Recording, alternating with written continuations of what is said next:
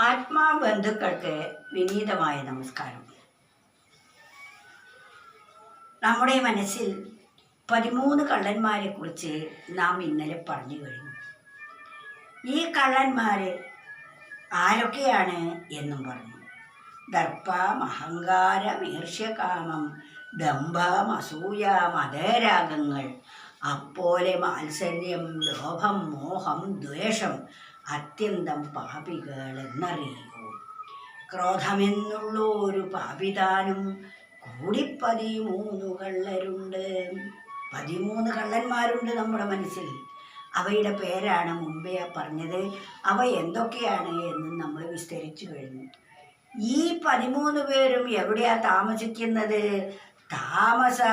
13 പേരും കേമമാം ചിത്തഗുഹയിലല്ലോ.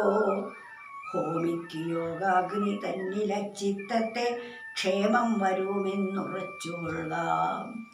നമുക്ക് ക്ഷേമം വരണമെങ്കിൽ, നമുക്ക് സുഖം വേണമെങ്കിൽ, സ്വൈരം വേണമെങ്കിൽ, സ്വസ്ഥത വേണമെങ്കിൽ ഈ 13 പേരെയും ഹോമിക്കണം.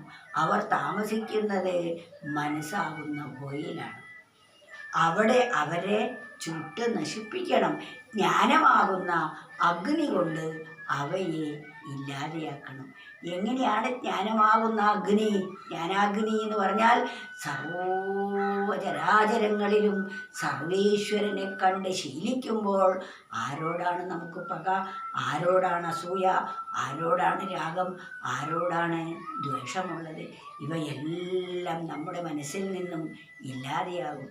അതിന് നാം ആ ഈശ്വരൻ സ്നേഹസ്വരൂപത്തിലാണ് നമ്മളിൽ വർത്തിക്കുന്നത്. സ്നേഹം നമ്മുടെ മനസ്സിൽ വളർത്തിക്കഴിയുമ്പോൾ ബാക്കി എല്ലാ കള്ളന്മാരും ഓടി രക്ഷപ്പെടുന്നതാണ്. പോലീസിനെ കാണുമ്പോൾ കള്ളന്മാർ ഓടുന്നത് പോലെ നമ്മുടെ ജ്ഞാനമാകുന്ന അഗ്നി ജ്വലിപ്പിച്ചു കഴിയുമ്പോൾ ഈ കള്ളന്മാരെല്ലാം ദഹിച്ചു പോകും.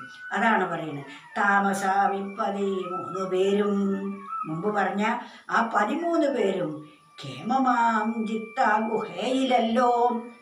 ഈ 13 പേരും താമസിക്കുന്നത് നമ്മുടെ മനസ്സാവുന്ന ഗുഹയിലാണ്. കള്ളന്മാരൊക്കെ ആരും കാണാത്ത സ്ഥലത്താണല്ലോ താമസിക്കുക. അതുകൊണ്ടാണ് ഗുഹ. രഹസ്യം, ഗുഹ്യമായ സ്ഥാനത്തിരിക്കുന്നവരാണ്. അതാണ് ഗുഹയിൽ താമസിക്കുന്നവർ. അവർ പുറത്തിറങ്ങാൻ നിവൃത്തിയില്ലാത്തവരാണ്. അതുകൊണ്ട് അവർ ഹോമിക്കു യോഗാഗ്നി തന്നില ചിത്തത്തെ. ഹോമിക്കൂ, അവരെ ദഹിപ്പിക്കൂ യോഗമാകുന്ന അഗ്നിയിൽ. ഈ യോഗം എന്നാൽ ഈശ്വരനും ഞാനും ഒന്നാണ് എന്ന ബോധം ഉറയ്ക്കുന്നതിനെയാണ് യോഗം എന്ന് പറയുന്നത്. യോഗമാകുന്ന അഗ്നിയിൽ ഈ കള്ളന്മാരെയെല്ലാം ദഹിപ്പിച്ചു കളയൂ. എന്നാൽ മാത്രമേ ക്ഷേമം വരുമെന്നുറച്ചുകൊള്ളുക. എന്നാൽ നമുക്ക് ക്ഷേമം മാത്രമേ ഉണ്ടാവുകയുള്ളൂ. ഒരിക്കലും ക്ഷാമം ഉണ്ടാവുകയില്ല. നാം ക്ഷേമത്തിൻ്റെ ഉടമയായിത്തീരും. 13 പേരും കേമമാം ചിത്ത ഗുഹയിലല്ലോ. ഹോമിക്കു യോഗാഗ്നി തന്നില ചിത്തത്തെ ക്ഷേമം വരുമെന്നുറച്ചുകൊള്ളുക.